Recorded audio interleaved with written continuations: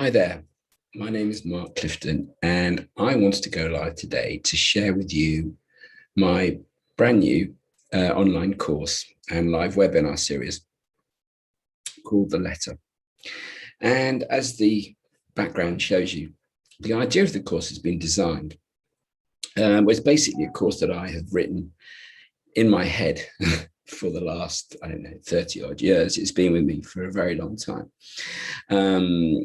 But given the circumstances we face ourselves in now, I've had the time to complete it and roll it out, as it were. Now, the letter really is a interactive course designed for those of you, including myself, by the way, who have lost themselves over the course of life, which is a sad but a very real situation for many of us when we have lost our way, lost our direction. Now, the awareness is vital to this. I mean, without the awareness, you can't proceed, but with it, you are halfway there. So that's the good news. Now, the term lost can mean different things to different people. And we're all built very differently. So if I use myself as a guide, you can obviously connect with your own storyline and see how that fits. But it's my contention, it's my belief that we are all born with very clear, defined features or defined signifiers inside of us, our spirit, that gives us a unique personality, whether it's very physical orientated or scientific or artistic or a combination of many things. And with that in mind, as we evolve and as we grow, we, with the very important, the fundamental parental or guardian support, nurture and care, we start to go on our path in life. And if we're in tune with ourselves, then that's more or less as good as it's ever going to be. And we will continue down that path pretty much as we were always meant to, depending obviously on people's desires and interests. Some people are very relaxed about how they go about things. Some people are very determined or very focused, but that's not really important here. The fact is that those people that have gone down a predestined path, as it were, in tune with themselves, will have pretty much a calm lifestyle. And there's always some variances on that, but in general, that's the case. But a vast proportion of us end up getting detracted from or lost from our true calling, our true purpose. And this can happen for many, many reasons. But it all, in my opinion, boils down to our childhood.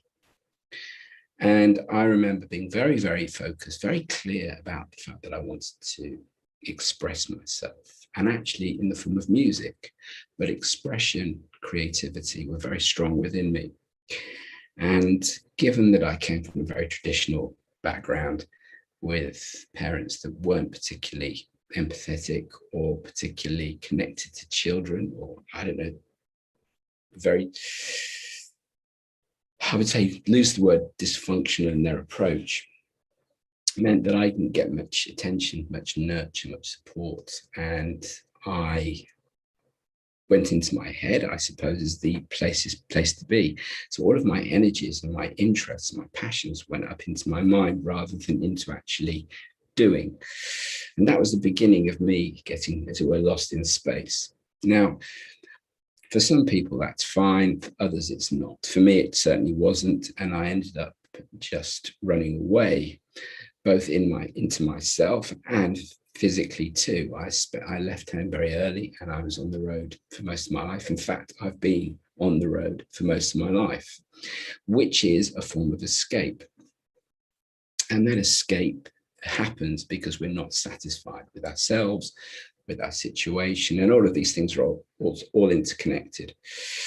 But the bottom line is that a lot of us, in various shapes and forms, end up in a comfort zone where we feel protected, secure, and we're not going to be confronted, or our world is not going to be shaken up.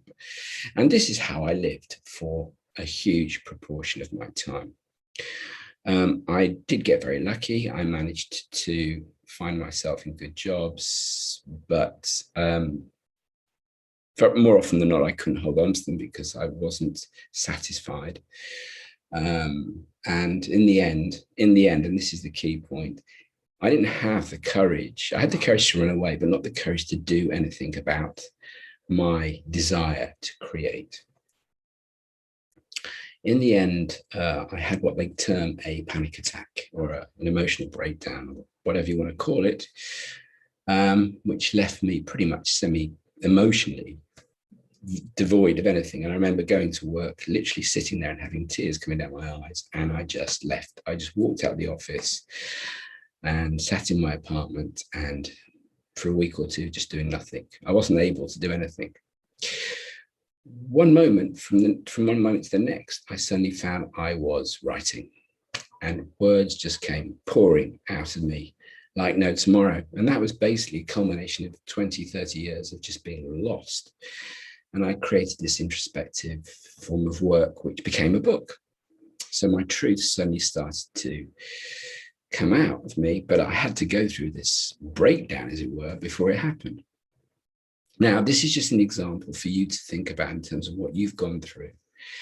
But the bottom line is that even though I'd found my skills again and got the confidence to start to use them, I didn't have any reason, because I still really wasn't that connected into the truth of not only myself, but why I would want to do this. And that came later in life with the birth of my daughter, Olivia. So I just wanted to really summarize very briefly, touch on it very loosely, the idea behind this. And as you can see in the cover there, it says reconnect with your inner child in order to connect with your real child. So my concept is very much that we have to get back inside of ourselves in order to come out the other end. And if there's someone missing in your life, and this is the thing, and we've all got different people. It could be a partner, it could be a family member, it could be your own child, it could be a long lost relative, it could be somebody else, I don't know, a pet, it could be, I don't know, you know.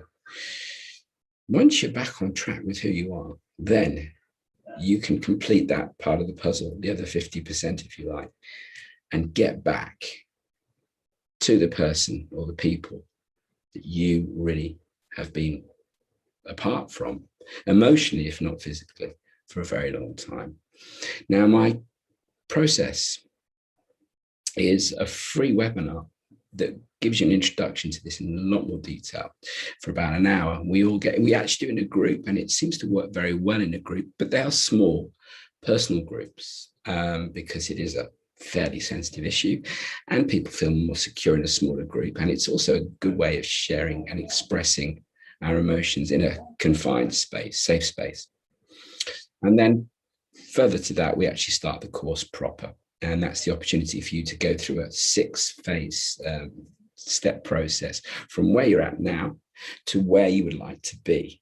And of course, we go through a series of shifts, and I will explain those in the next broadcast that I make. But I just wanted to reach out to you today, introduce myself, and please feel free to comment on the chat box below, like the video if you do, and subscribe to this and to other videos that I make, and we'll get to know each other, and slowly but surely things will be unraveled. Anyway, that's my video for today, and it's been a pleasure speaking or broadcasting this, and I will be back with another one very soon.